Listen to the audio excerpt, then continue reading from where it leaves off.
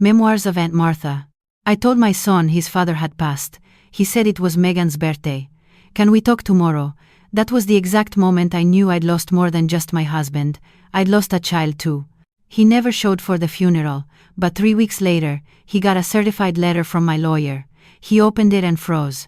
I did something he'll never forget, and I didn't have to say a single word. Before we dive in, please hit like and subscribe, and tell me and everyone else what one life lesson everyone should learn before it's too late. Please share it in the comments below. The last joke. Gerald died right there at the kitchen table, mid-joke, about how I'd bought the wrong kind of coffee creamer again. If I die from this powdered crap, he said, tapping his spoon on the edge of his cup, you'll finally know true remorse. Then his hand twitched. The spoon slid. His eyes widened like he'd forgotten how to breathe. I dropped the butter knife I was holding and bolted toward him, screaming his name, but he was already gone. His body went limp before I could dial 911, before my knees hit the linoleum tile. Before I could even wonder if it was another one of his blasted pranks, it wasn't. The operator's voice in my ear was calm, but my world had ripped open. I kept whispering his name as they walked me through chest compressions, but I already knew. I knew by the way his head lolled against his shoulder and how cold his fingers were when I tried to grip them. When the paramedics arrived, I stepped back, numb, hearing terms like massive, unrecoverable, and DNR, do not resuscitate, and just nodded. Suddenly, the house felt both too loud and too quiet. I sat on the edge of the couch, staring at the floor. After they'd covered him and told me there wasn't anything else they could do, I grabbed my phone. I called my only son, Nathan. It rang 5 times. When he finally answered, I was shaking but managed to get out. Nathan, it's Dad. He just collapsed, he's gone. There was a pause. Then his flat, preoccupied voice said, Oh Mom, today is Megan's birthday. Can I call you later? I couldn't process the words at first. I thought I was hallucinating them, but then he added, She's got this whole brunch planned, and we're having people over. I didn't say anything. No scream, no sob. Just dead quiet. My hand instinctively lowered the phone. I hung up on my own son before he could say anything else that would break me even more. The air around me started to hum, like my ears were straining. I looked over at Gerald's chair, the one he always used for breakfast and late-night crossword puzzles, still slumped in. And I sat by him for what felt like an hour, clutching his hand, as if the connection could bring him back. The unsent letter. At some point, the coroner arrived. They asked if I wanted a moment. I didn't. What was the point? The moment I needed had passed. I walked upstairs, closed the door, and lay down on our bed without changing the sheets. Gerald's phone was on his nightstand. I picked it up, hoping for anything, and there was a missed call log from last night at 10:42 p.m. Nathan, 1 missed call. No voicemail, no text back. He tried. Gerald tried to talk to him last night. Maybe he knew something was off. Maybe he felt it. Our kid ignored it. I clasped the phone to my chest, feeling the weight of everything we'd built. 42 years of marriage, a house full of memories, and a man who worked his butt off every single day to make sure his family never went without. And Nathan's silence spoke louder than any eulogy ever could. The day of Gerald's burial was like stepping into a parallel universe where I could see everyone's lips moving, but could only hear Nathan's screaming silence. I stood by the casket, gripping the edges of the podium. I tried to keep my balance as people I hadn't seen in years came up and muttered things like, He was such a good man, we're so sorry. All I could think of was how my son, my own child, wasn't there, not in the pews, not standing next to me, not even in the stupid parking lot. When I called the night before to confirm the funeral time, Megan answered and said Nathan was still weighing it because they'd already planned a weekend getaway and cancellation fees were steep this close to the day. I remember staring at the phone, blinking, as she talked about Megan's birthday and how she was trying to keep things light for her own mental health. I didn't even reply. I just hung up. I wasn't going to beg him to attend a funeral, especially Gerald's.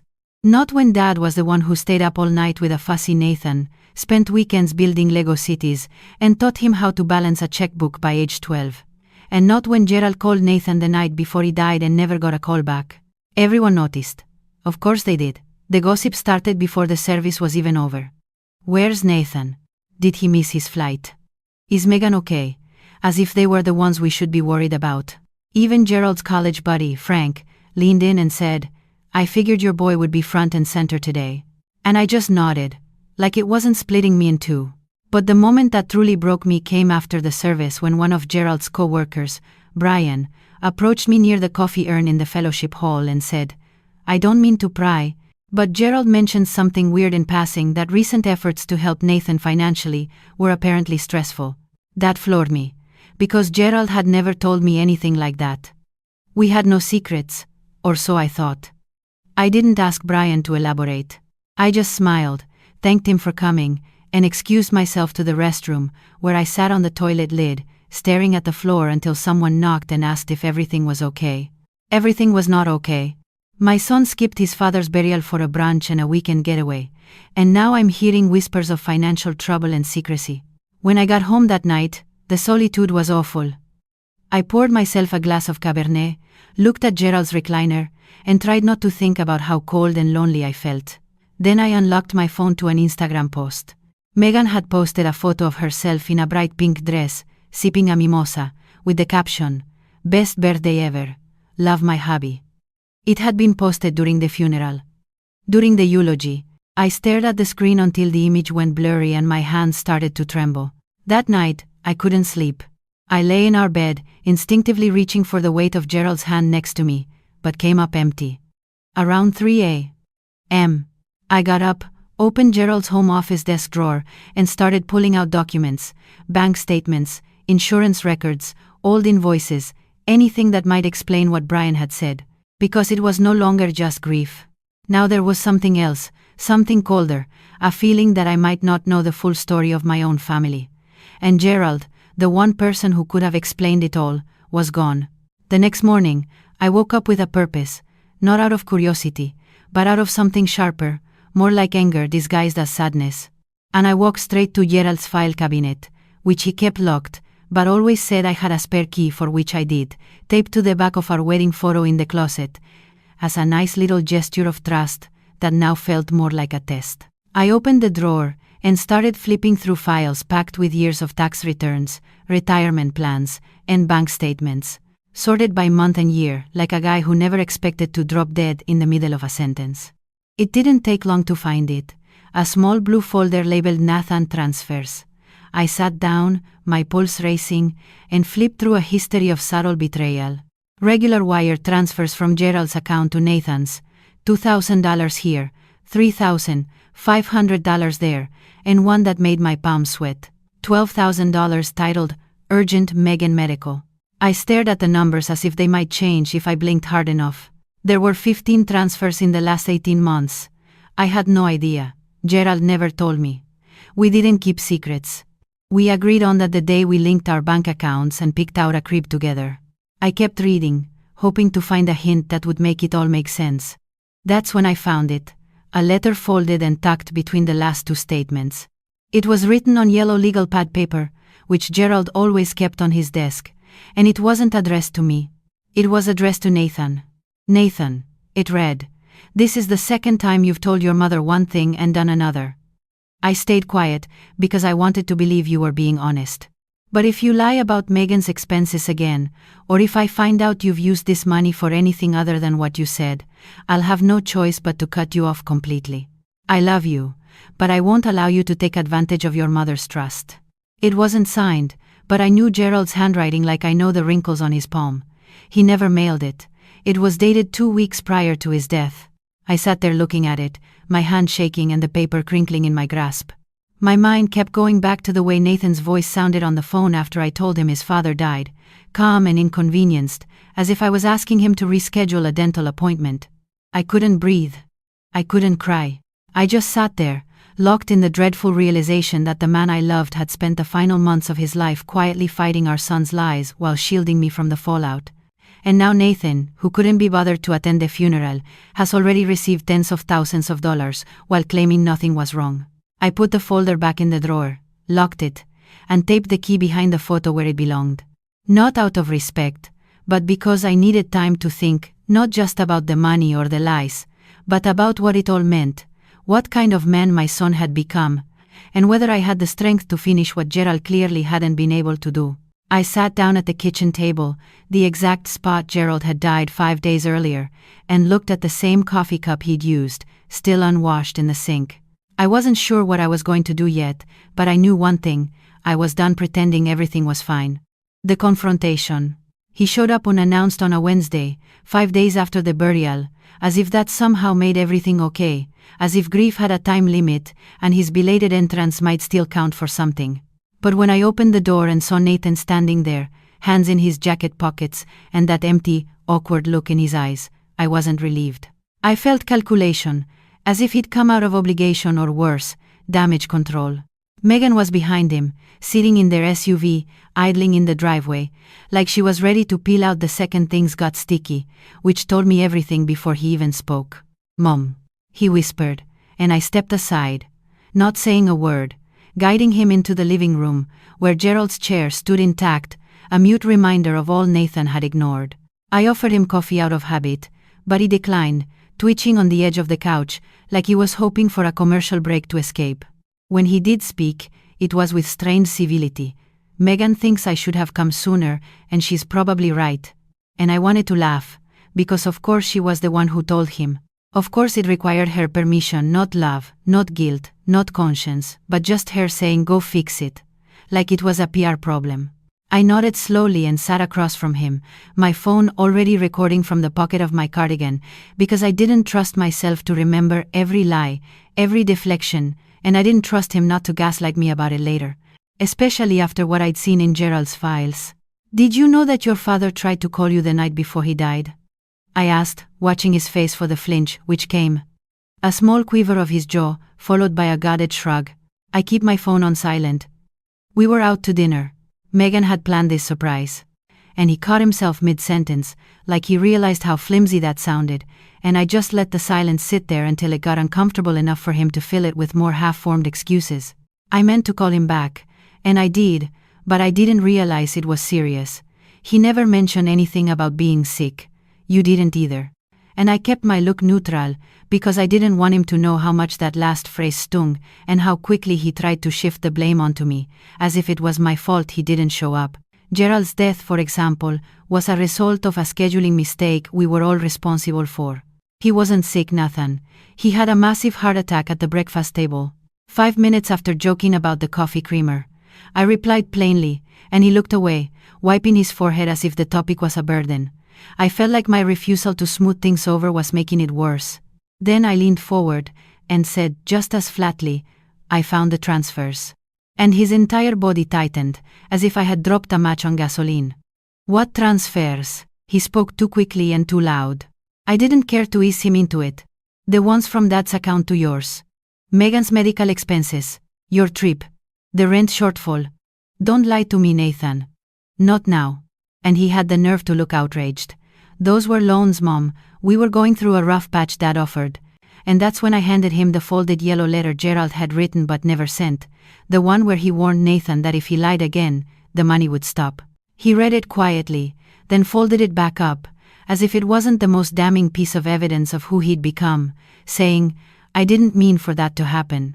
And I knew I wasn't talking to my son anymore, the one who used to fall asleep on Gerald's chest watching Sunday football. Not the teenager who helped build his father's shed in the backyard, but a man who had learned to justify his own betrayal. And I felt nothing but cold, sharp clarity. This wasn't someone who made a mistake. This was someone who had repeatedly chosen to prioritize his personal comfort over our family. And now he was here because Megan had instructed him to salvage whatever was left. I stood up, walked to the front door, and said, "I'll let you know if I need anything from you." He seemed like he wanted to say something, but Megan honked from the driveway, and he just nodded, walked out without a hug or asking how I was doing. And I watched him get into the car, and Megan look at the house with that smug grin she probably didn't realize she was wearing, thinking she had won something. And I thought, you have no idea what's coming. The last piece of Gerald. The morning after Nathan's visit, I woke up with an eerie peace, the kind that comes not from tranquility, but from resolve. I didn't even make coffee before calling our longtime attorney, Alan Klein, who handled all of Gerald's affairs. For decades, we received business filings and birthday cards from him without fail. When I told him I needed to change my will immediately, He didn't ask any questions, he just made my appointment for the next day. I gathered everything: bank statements, the Nathan transfer folder, Gerald's unsent letter, and the audio clip of Nathan's pathetic half-confession from the day before. Then we added one more item: a handwritten note to our granddaughter Ava, to be opened on her 18th birthday. Because whatever else happened in this family, that little girl deserved to know the truth, not the narrative her mother would spin, or Nathan's attempt to pass off silence as dignity. When I walked into Alan's office, he took one look at me and said, "I'm guessing this is about more than estate planning." And I nodded, handed him the paperwork, and said, "Everything goes into the trust, every account, every asset, the property, the annuity, Gerald's investments, but not for Nathan, not for Megan, not a penny." And he didn't flinch. He just opened a legal pad and started writing. We structured it so Ava would receive everything once she turned 25, with early access limited to educational and living expenses. No fancy cars, no guilt-driven rewards for teenagers.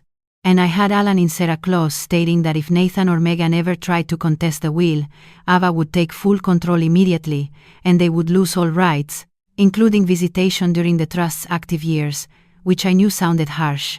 But when a parent chooses brunch over a funeral, and a spouse chooses manipulation over grief, you stop thinking about diplomacy and start protecting the last piece of your husband that remains on earth.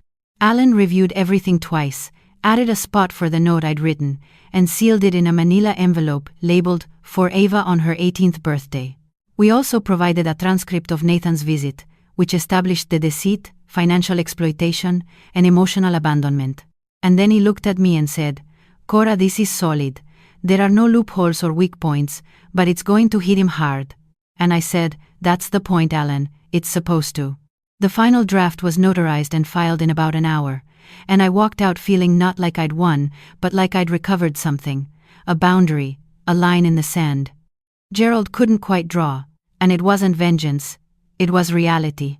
If my son chose to treat his parents like ATM machines with no expiration date, he'd find out how long that machine had been watching, documenting, and waiting for the perfect time to cut the cord.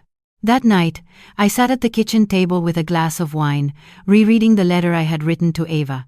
6 pages of honesty, not hatred, revealing who her grandpa was, what he'd done for her father, and how that generosity had been used to manipulate and deceive. I told her the money she would one day receive wasn't a gift, but a responsibility. A reminder to prioritize love over convenience, loyalty over optics, and courage over conformity, because she was the only one in our family who still had a chance to get it right. When I sealed that envelope, I felt like I had closed a chapter. Not of pain, but of the quiet. The kind that creeps in when people you care about betray you gently enough that you forget it at all, until one day you're standing at a funeral alone. And now, finally, I had made sure that silence wouldn't be passed on. The aftermath. The letter hit Nathan's mailbox 4 days after I left Alan's office via certified mail, with a delivery confirmation slip arriving in my email at 11:13 a.m., and I pictured him standing in his kitchen, sorting through envelopes like it was any other Wednesday, until he saw the law firm's insignia embossed on the corner. And I knew the second he opened it, because he didn't call, text, or email not that day, and not the next.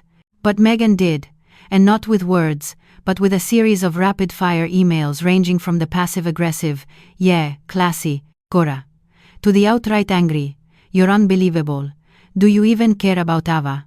And I didn't respond, because silence was the most honest thing I could give them. When I finally answered the phone on the third day, it was Nathan, calling from a blocked number, his voice low, unsure, almost soft, as if he thought if he used the tone he used when he was 6, he wouldn't have to acknowledge he'd broken something.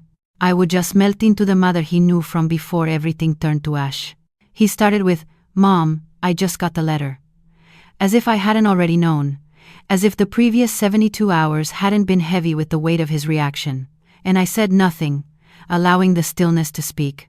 And when he finally asked, "Is this real?" I said, "You tell me," because there was nothing else to explain. And the pause that followed felt like the longest 10 seconds of my life, until he finally added, "I had no idea Dad felt that way." And I snapped, not yelled or raged, but just snapped into ice. "You didn't know because you didn't ask, Nathan. You were too busy pretending that we were optional." Megan picked up on the other end of the line, her voice shrill and demanding. You can't actually disinherit your own son. That's insane. And I almost laughed, not because it was funny, but because she was so predictable. How quickly the disguise fell when the cash flow dried up. And I replied, I didn't disinherit him. I protected Ava. And Megan scoffed at that, like she couldn't possibly imagine herself as a threat.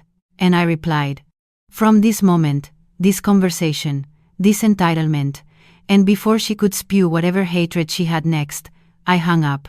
Because that was the boundary. You don't get to choose to ignore and then demand access. You don't get to opt out of grief and then claim inheritance. You don't get to skip the funeral and then change the will. I sat at the kitchen table afterward, where Gerald's heart had stopped, looking at the silence that followed. And for the first time since the service, I felt a sense of calm. Not satisfaction or closure, but control. I felt like I had finally done what Gerald couldn't bring himself to do before it was too late. Later that night, I got another text from Nathan. It simply said, I'm not sure how we'll ever recover from this. And I didn't respond, because the answer wasn't mine to give anymore, it was Ava's.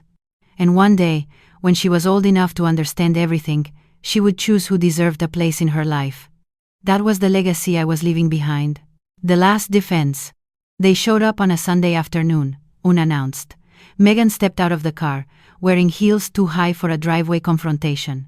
Nathan trailed after her, unsure if he was there to assist or restrain her. The moment I opened the front door, she walked right in, not with a hello or a question, but with an accusation. You're using legal threats to manipulate this family. Her voice was sharp and precise, like she'd practiced it in the mirror. I stood in the doorway, not inviting them in, not moving an inch, just letting the weight of her words break the air between us. Then she said, You're punishing us for setting boundaries. And that's when I noticed it. The arrogant tilt of her head. The assumption that she still had the moral high ground, despite skipping Gerald's funeral, siphoning money through Nathan, and trying to play the victim in a scenario she had authored herself. I didn't say anything, just stepped aside to let them in, mainly because I knew Ava was upstairs in the hallway, half listening, as all kids do, and something inside me needed her to see this not to hurt her, but to defend her, to give her truth as armor. Megan marched into the living room, her perfume and words thick, and Nathan sat quietly, eyes glued to the floor while she took the lead, as she always did. We spoke with a lawyer, she said, arms crossed. And if this will is not amended, we may have grounds to question your competency. And that's when I finally spoke, calmly and quietly. Are you threatening to declare me mentally unfit? Megan shrugged. I'm just saying that it's not uncommon. Grief has a strange effect on people. I couldn't tell if Nathan's flinch was out of guilt or embarrassment. And then I heard a slight creak from the hallway floor upstairs, and Ava shifted her weight, listening, and I knew that every word was being absorbed by the single person in this family who still had the capacity to see straight. I walked over to Nathan and asked if he agreed with her, and he didn't answer, just swallowed hard and looked away. And Megan's silence was louder than her words, because it confirmed what I needed to know. He wouldn't stop her. He wouldn't stand up to her. He wouldn't protect his mother or father's memory if it meant causing drama in his own household. Megan used the quiet as fuel, stepped closer, and said, You are tearing this family apart for money. And I laughed not loudly or mockingly, but with a single, dry chuckle, the kind you let out when something is so absurd it borders on tragedy. And I said, I am tearing it apart? Gerald died alone.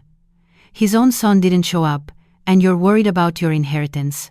That's when I saw Ava step into the hallway halfway down the stairs, eyes wide but steady, and Megan looked startled, but Ava didn't say anything. She just stared at her father, then at me, before slowly walking back upstairs, and the weight of that silent moment hung over the room like a thundercloud about to break. Megan saw it too, her expression wavering for the first time, and she said, I don't understand. And I said, She understands more than you realize. And then I opened the front door, held it wide, and said, We're done here. Nathan stood up without resistance and walked out ahead of Megan. She paused for a second, like she was about to add something else. Instead, she followed, her heels clacking on the tile, and I closed the door behind them before she could step onto the porch. The quiet gift. It was 3 weeks after the confrontation that I found it. A small black flash drive in an envelope slipped inside my mailbox, My name was written in Ava's precise 1-2-year-old cursive, with no note or label attached. And my heart dropped, because I knew it wasn't anything light-hearted or innocent. This was neither a drawing nor a digital birthday card. This was serious, and it was a secret. When I plugged it into my laptop, I sat in silence, as files opened up before me like small windows into a world I hadn't been allowed to glimpse. Each one was dated for a specific day, and contained files that made my stomach twist. Phone call recordings, text message screenshots, and even a few videos taken from behind her bedroom door. Megan and Nathan's private thoughts, safely tucked behind closed doors, shaky yet clear enough to hear. In one recording, Megan was yelling loudly, "She's using her will to manipulate everyone. And if Ava sides with her, I swear to God, Nathan, will pull her out of that school and homeschool her until she gets her mind right." In another, Nathan's voice was calmer, but still awful. "Just let Mom play her game. We weren't banking on the money right now anyway, and if Ava is sweet, she might be able to help us out later." And I sat there, paralyzed, listening to my own son discuss my estate as if it were a strategy board, as if I were a dying pawn rather than his life, breathing mother. But the worst part came in a video titled Kitchen Night, where Megan was murmuring into her phone while standing by the sink. "If we press a little harder, she'll crack. We'll call her confused. Maybe have the lawyer question her state of mind." And suddenly, bam, the trust is flagged, and I could hear Ava's breath catch just before the video cut off. And I don't know what shattered me more, Megan's audacity or the fact that my granddaughter had been protecting me all this time. I was trying to protect her. A text document buried at the bottom of the files was only a few lines long, but it read like a punch in the gut. "Grandma, I wasn't sure who else to tell. I hear things when they think I'm asleep. I know they're lying. I believe you. I'm keeping this in case you ever need help." I stared at those words for longer than I'd read anything since Gerald's letter, and I realized in that moment that the legacy I thought I was leaving wasn't about money, trust clauses, or retribution, but about her, about Ava.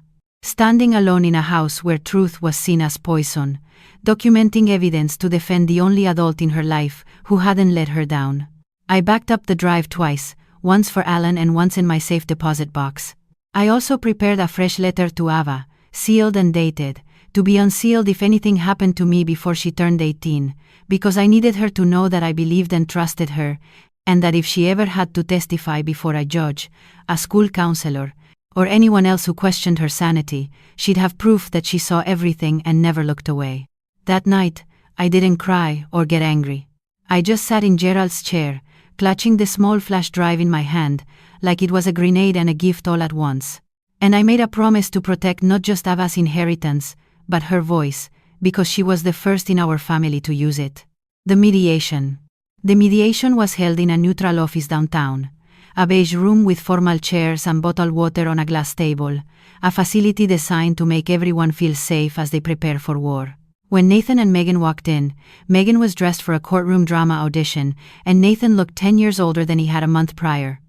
I didn't greet them or smile. I just sat with Alan by my side, the folder holding Ava's flash drive, the bank transfers, Gerald's unsent letter, and the transcript of Nathan's recorded visit sat neatly in front of me like a silent threat wrapped in paper. The mediator introduced herself and started with a kind, neutral tone, asking why we were here. Megan immediately launched into her story, painting me as grieving and resentful, implying that my decisions were driven by emotional instability and impending cognitive decline. I watched her rehearse her victimhood like it was a screenplay she'd memorized, while Nathan sat beside her, motionless, face drawn, eyes darting away whenever I looked at him. When it was my turn, I didn't raise my voice or shake. I just passed the folder across the table and said, "This is why." And I watched the mediator scan through page after page of documents. Dates, transactions, handwritten notes, the audio file list, and finally Ava's flash drive, which had a plain printed label as evidence. And I knew when the room shifted, when the weight of truth broke Megan's illusion, because the mediator paused, looked up, and asked Megan directly, "Were you aware that your daughter recorded statements about attempting to challenge a legal trust through manipulation?" Megan's cheeks went white. She sputtered, "She's 12.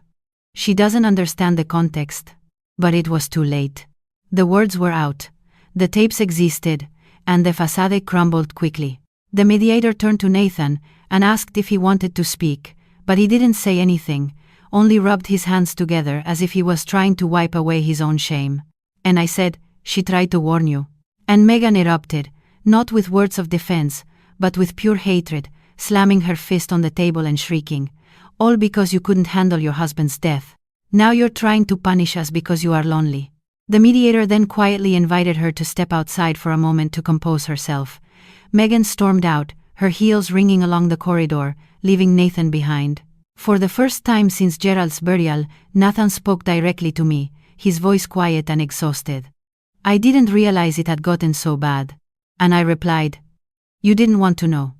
And he nodded slowly, staring at the floor. "I just wanted peace." And I reminded him that peace doesn't come from silence, it comes from stepping up when it matters. When the mediator returned, she informed us there was no need to challenge the trust, because it was legally sound, ethically defensible, and based on extensive documentation, and that Ava's testimony was credible as evidence of undue influence in the home. Megan never came back in to hear the outcome. Nathan left shortly after, silently, without a handshake or a look back, and I stood behind for a while to collect my things, and I felt the weirdest sensation wash over me. Not triumph or relief, but a kind of quiet melancholy. The kind that comes when you know the fight is over, not because you won, but because the truth has made it impossible for anyone to continue pretending otherwise. Ava's choice. Ava turned 18 on Friday, and the occasion was marked not by balloons or cake, but by a quiet knock on my door just after noon. Her eyes were wide but steady as she came in and handed me the unread letter I had given her 5 years ago. "Still sealed," she said. "I wanted to read it with you." I didn't say anything, just nodded and watched as she gently opened the package as if it might fall apart in her hands, unfolding the 6 pages I'd poured my heart and soul into when everything seemed to be collapsing. And she read silently for several minutes, her expression shifting from concentration to tears, pausing just once to ask if all of this was still true. And I confessed everything, and she hugged me harder than she ever had before, whispering, "Thank you for telling me the truth when no one else would." I felt every ounce of anguish and purpose behind that embrace. After, we sat in Gerald's old chair together. She pulled out her phone and showed me a short video of herself standing in front of a judge at a formal name change hearing, clearly stating, "I'd like to change my middle name to Coraline, after my grandmother." And I couldn't stop crying. My chest broke open at the sound of her reclaiming her identity, choosing a part of this family that didn't hurt her, lie to her, or treat her as leverage. Later that afternoon, we attended her high school graduation ceremony, and as she crossed the stage and her full new name, Ava Coraline Whitfield, was announced, she smiled and looked straight at me. And I saw in her expression not only pride, but clarity, the kind Gerald used to wear when he made tough decisions that no one else understood until it was too late. Nathan was there too, sitting alone in the back row, his eyes red, his suit crumpled, clapping out of obligation rather than joy. And he didn't reach out to me or Ava, not because he wasn't allowed to, but because I think he finally understood what it meant to be cut off in ways that went beyond the bank account. After the ceremony, Ava came to me first, hugged me again, and whispered that she'd chosen me to live with next semester. Her roommate had backed out, and I laughed through tears, knowing that I'd have another year of her stories, her music playing in the background, her toothbrush in my bathroom, like a silent victory over everything Megan tried to script. We never talked about Megan that day, because by that point, she had faded into the background like an irrelevant subplot. Her silence was more telling than any apology she never offered. And as I tucked Ava in that night in her old childhood room, leaving the door slightly ajar like I used to, she added, "You gave me a life I didn't know I needed." I kissed her forehead and murmured, "You chose it, sweetheart. I just cleared the way." And as I walked down the hallway back to my room, past Gerald's portrait on the wall, I gently stroked the frame and murmured, "She's going to be fine, love. We'll be okay."